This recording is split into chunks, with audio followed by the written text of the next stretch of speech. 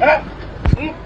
Tangina mo, gara-gara ka kita kagudilyo. Muling naging sentro ng atensyon sa social media ang isang tauhan ng Land Transportation Office matapos muling may ugnay sa isang kontrobersyal na insidente. Ang nasabing enforcer ay kinilalang si Johnny Celia na minsan nang naging viral noong nagdaang taon dahil sa isang insidente sa Bohol. Sa kumakalat na video noon, makikita ang ilang LTO enforcer na umano'y pinagtulungan idisarmahan ang isang magsasaka na may hawak na itak kaugnay ng isang traffic violation. Si Celia ay isa sa 5 LTO personnel na nadawit sa nasabing insidente sa barangay Tawala, Panglao, Bohol noong February 28, 2025. Sa video, makikitang marahas umano ang paraan ng pag-aresto sa isang motorcycle rider. May pagdakma at paghila na umani ng matinding batikos mula sa publiko. Giit pa ng iilan, hindi naman sila personalidad ng Philippine National Police kung makaasta. Dahil dito agad na sinuspende ng Department of Transportation at ng LTO ang mga sangkot habang isinasagawa ang investigasyon. Inutos din ang mandatory retraining ng mga enforcer at kalaunan ay iniulat na ang 5 personnel ay tuluyang sinibak sa serbisyo. Ngayon muling nabuhay ang isyong ito matapos may upload sa social media ang panibagong video na kinasasangkutan pa rin umano ni Johnny Celia. Ayon sa isang post ng netizen na si Clyde Gohilde